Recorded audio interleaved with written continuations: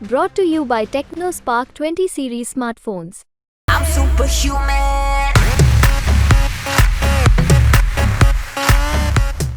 ये कहते हैं ये राम को लाए और हम कहते हैं राम हमें लाया। हम राम के हाथ जोड़ते हैं, हम कहते हैं राम को हमने बसाया। ये कहते हैं राम को हमने बसाया, हम कहते हैं हमें राम ने बसाया। सर, कुरुक्षेत्र की डेमोग्राफी की बात करें तो 14% के करीब जाट समुदाय से ताल्लुक रखने वाले मतदाता हैं और स्वयं आईएनएलडी के अभय चौटाला भी इसी समुदाय से ताल्लुक रखते हैं और ताल ठोक रहे हैं। कैसे मुकाबला करेंगे? टैनी इनका मंत्री था, किसानों के ऊपर गाड़ी चढ़ा दी। मोदी साहब ने भाग के सबसे पहले उसको टिकट दी कि भाई तू बहुत अच्छा था, तूने किसानों के ऊपर गाड़ी चढ़ाई, ले दोबारा संसद में इनाम ले। लेकिन भारतीय जनता पार्टी भी दावा कर रही है कि आप तो सिर्फ बातें करते हैं। आपने बोला था स्कूल बनाएंगे, लेकिन दिल्ली में शराब के ठेके खोल दिए।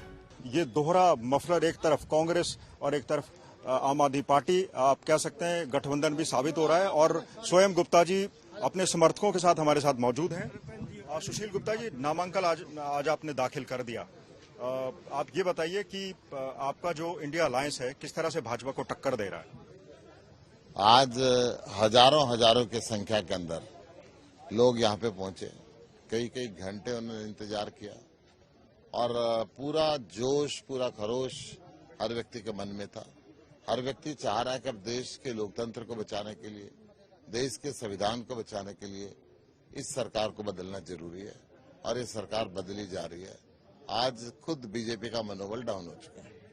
आप अपनी जनसभा में कह रहे हैं कि भारतीय जनता पार्टी की जो नेता हैं, उम्मीदवार हैं, वो कौरवों की सेना है। आप खुद को पांडव बताते हैं। कौरवों के पास अहंकार था, कौरवों के पास ताकत थी। कौरवों ने अधर्म का साथ दिया। जो घमंड था दुर्योधन का, वो नारी का अपमान करता था। ये भी नारी का अपमान कर रहे हैं। लेकिन सर, भारतीय जनता पार्टी तो भगवान राम को मानने वाली पार्टी है। ये कहते हैं ये राम को लाए और हम कहते हैं राम हमें लाया। हम राम के हाथ जोड़ते हैं, हम कहते हैं राम को हमने बसाया। ये कहते हैं राम को हमने बसाया, हम कहते हैं हमें राम ने बसाया। तो बहुत फर्क है। सर, कुरुक्षेत्र की डेमोग्राफी की बात करें तो 14% के करीब जाट समुदाय से ताल्लुक रखने वाले मतदाता हैं और स्वयं आईएनएलडी के अभय चौटाला भी इसी समुदाय से ताल्लुक रखते हैं और ताल ठोक रहे हैं। कैसे मुकाबला करेंगे?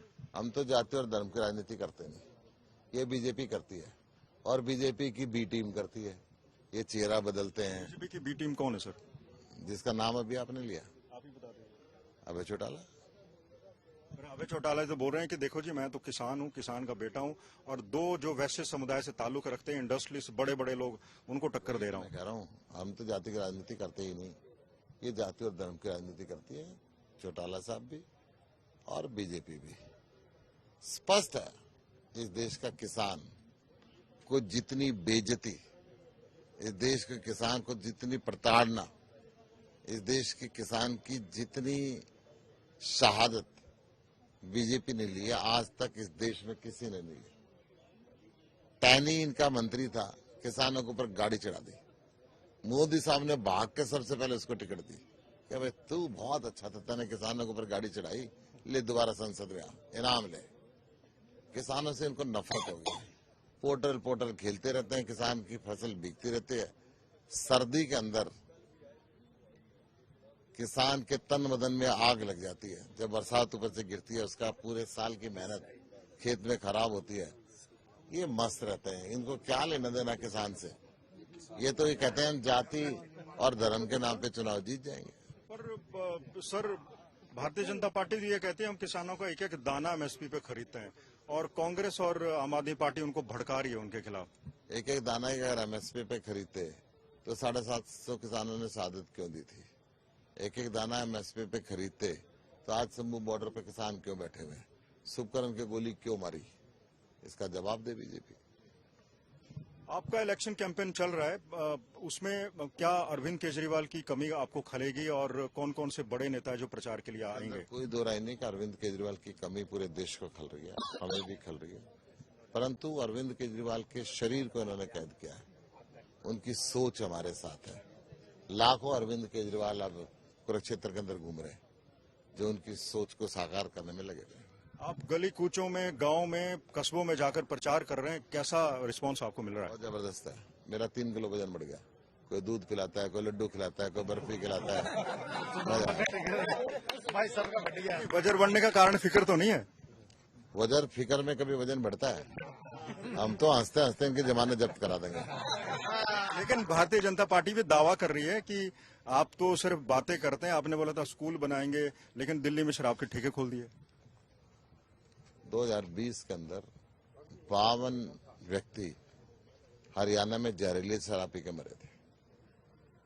एसआईटी का गठन हुआ। एसआईटी ने रिपोर्ट दी है कि भाजपा के सीनियर नेता और सीनियर अफसरों का दबाव है। हरियाणा से नकली जहरीली शराब का कारोबार होता है। जो नकली शराब दिल्ली और गुजरात तक जाती है। सबसे ज्यादा प्रोडक्शन हरियाणा के अंदर है। हाईकोर्ट के अंदर इनका एफिडेविट गया, पढ़ लेना। अच्छा, अब ये बताइए कि जैसे जैसे चुनाव प्रचार जोर पकड़ रहा है, आप अपना चुनाव प्रचार तेज कर रहे हैं और कांग्रेस के नेता आपके साथ आ रहे हैं, आपकी मदद कर रहे हैं। एक एक नेता, एक एक कार्यकर्ता कांग्रेस का आम आदमी पार्टी के साथ और आम आदमी पार्टी का कांग्रेस के साथ पूरे मन से काम कर रहे हैं। लेकिन ये जो चुनाव प्रचार है आखिर तक चल पाएगा? क्योंकि सिर्फ एक ही सीट आपको मिली है, जो 7 है कांग्रेस का, आपको अंतिम समय तक मिल पाएगा? क्योंकि पंजाब में आपका और कांग्रेस का गठबंधन हुआ ही नहीं। ये कांग्रेस का और आम आदमी पार्टी का गठबंधन हुआ है बीजेपी से देश का पिछा छुड़ाने के लिए। पंजाब में बीजेपी है ही नहीं, तो क्यों करना था? उसको क्यों भाव देने थे? आप ये बताइए कि कुरुक्षेत्र में ये मल्टी कॉर्नर कॉन्टेस्ट है, त्रिकोणीय मुकाबला है आपके मुताबिक, या फिर सीधी फाइट है आपकी और सर कोई बीजेपी के बीच? क्यों पड़े हो चक्कर में? कोई नहीं है टक्कर में। पहले मान लिया आपने कि आपकी जीत है। चक्कर में क्यों पड़े?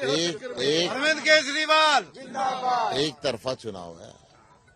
ये कहते हैं इनकी डबल इंजन की सरकार। इनका नारा 400 पार।